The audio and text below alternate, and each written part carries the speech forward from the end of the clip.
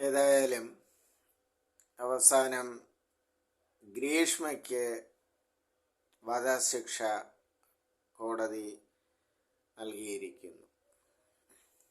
ഗ്രീഷ്മ വിഷയത്തെക്കുറിച്ച്, ഷാരോൺ വധത്തെക്കുറിച്ചൊക്കെ എൻ്റെ പ്രേക്ഷകരെ ഞാൻ പഠിപ്പിക്കേണ്ട ആവശ്യമില്ല. സോഷ്യൽ മീഡിയയിലും വാർത്താ മാധ്യമങ്ങളിലുമൊക്കെ നിരന്തരം നാം ഇതിൻ്റെ ഫോളോ അപ്പ് ശ്രദ്ധിക്കുന്നതാണ്. നിങ്ങളും ഞാനുമൊക്കെ ശ്രദ്ധിക്കുന്നതാണ്. ഇപ്പോൾ ശിക്ഷയെക്കുറിച്ച്, അതിൻ്റെ വിശദാംശങ്ങളെക്കുറിച്ച്, വധശിക്ഷയുടെ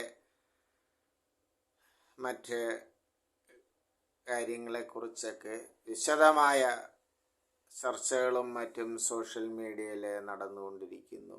നിയമവിദഗ്ധരും സാമൂഹ്യ പ്രവർത്തകരും ഈ രംഗത്ത് അവഗാഹജ്ഞാനമുള്ളവരുമൊക്കെ ചർച്ചയിൽ അതിഥിയായി പങ്കെടുക്കുന്നു.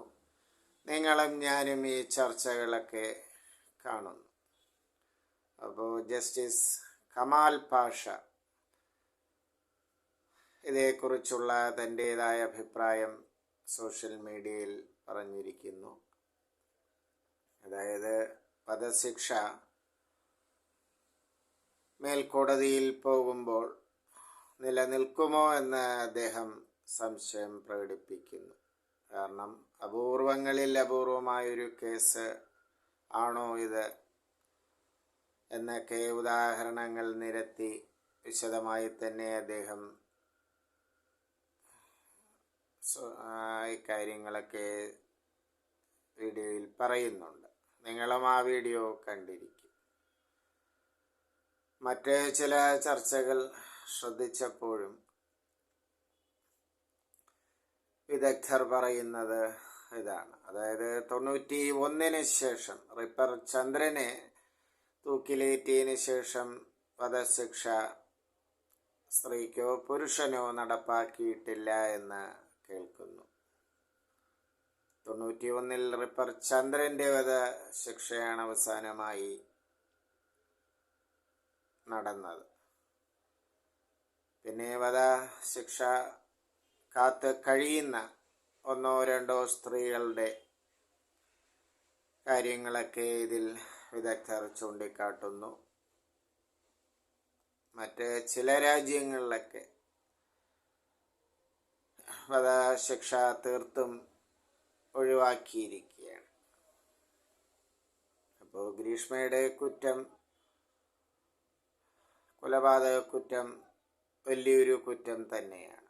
ഇപ്പോൾ ഒരു ഭാരതീയ സങ്കല്പമനുസരിച്ച് ഒരു മനുഷ്യൻ്റെ ജീവൻ്റെ ഉടമസ്ഥാവകാശം ഈശ്വരന് മാത്രമാണ്. ഈശ്വരന് ജീവൻ നൽകുന്ന ഈശ്വരന് മാത്രമേ ജീവനെ തിരിച്ചെടുക്കാനും അധികാരമുള്ളൂ എന്നാണ് അല്ലെങ്കിൽ നമ്മുടെ അറിവുള്ളവർ പറയുന്നത്. അപ്പോൾ മേൽക്കോടതിയിലൊക്കെ ഇതിൻ്റെ അപ്പീലും മറ്റു കാര്യങ്ങളുമൊക്കെ പോകുമ്പോൾ വധശിക്ഷയ്ക്ക് വധശിക്ഷ നിലനിൽക്കുമോ എന്ന് ഈ രംഗത്ത് പണ്ഡിതന്മാർ ഈ സോഷ്യൽ മീഡിയയിൽ ചർച്ചയിലൊക്കെ സംശയം പ്രകടിപ്പിക്കുന്നു. ഒരു ജീവനെ തിരിച്ചെടുക്കാൻ ജീവൻ നൽകിയ ഈശ്വരനല്ലാതെ ആർക്കും അധികാരമില്ല എന്നും അറിവുള്ളവർ പറയുന്നു. ഏതായാലും കുറ്റവാളി ശിക്ഷിക്കപ്പെടുക തന്നെ വേണം. അപ്പോൾ ആർക്കും കുറ്റം ചെയ്യാൻ ഒരു അവകാശവുമില്ല. കുറ്റം തന്നെയാണ്. നെറ്റിക്കൺ തുറപ്പിലും കുറ്റം കുറ്റമേ എന്ന് നടികർ തിലകം ശ്രീ ശിവാജി ഗണേശൻ്റെ പഴയ ഒരു സിനിമ ഡയലോഗ് ഓർമ്മ വരികയാണ്. കുറ്റവാളി ശിക്ഷിക്കപ്പെടുക തന്നെ ചെയ്യും. ഇപ്പോൾ സോഷ്യൽ മീഡിയയിലെ ചർച്ചകളൊക്കെ നിങ്ങളും ഞാനും കാണുന്നു. പിന്നെ ഇതിൽ ചില ചർച്ചകളിൽ ഇപ്പോൾ ഗോവിന്ദസ്വാമിയെക്കുറിച്ചും പരാമർശിച്ച് കേൾക്കുന്നു. കുറ്റവാളിയായ ഗോവിന്ദസ്വാമിയും വധശിക്ഷയിൽ നിന്നും ഒഴിവാക്കപ്പെട്ടിരിക്കുന്നു. അയാൾക്കും ജീവപര്യന്തമാണ് ശിക്ഷ ലഭിച്ചതെന്ന് തോന്നുന്നു. ജയിൽവാസത്തിലാണ്. അപ്പോൾ ഏതായാലും കോടതിയുടെ ശിക്ഷാവിധി, ബഹുമാനപ്പെട്ട കോടതിയുടെ ശിക്ഷാവിധി നാമൊക്കെ അംഗീകരിച്ച് പറ്റൂ. കുറ്റവാളി ശിക്ഷിക്കപ്പെടുക തന്നെ ചെയ്യണം. അശരണർക്കും സാധാരണക്കാരനും നീതി ലഭിക്കുകയും വേണം. വാൽകൃഷ്ണമായി CBI ഡയറിക്കുറിപ്പ് എന്ന സിനിമയുടെ അവസാനം പറയുന്നൊരു ഡയലോഗ് ഇവിടെ ഓർമ്മിച്ചു പോവുകയാണ്.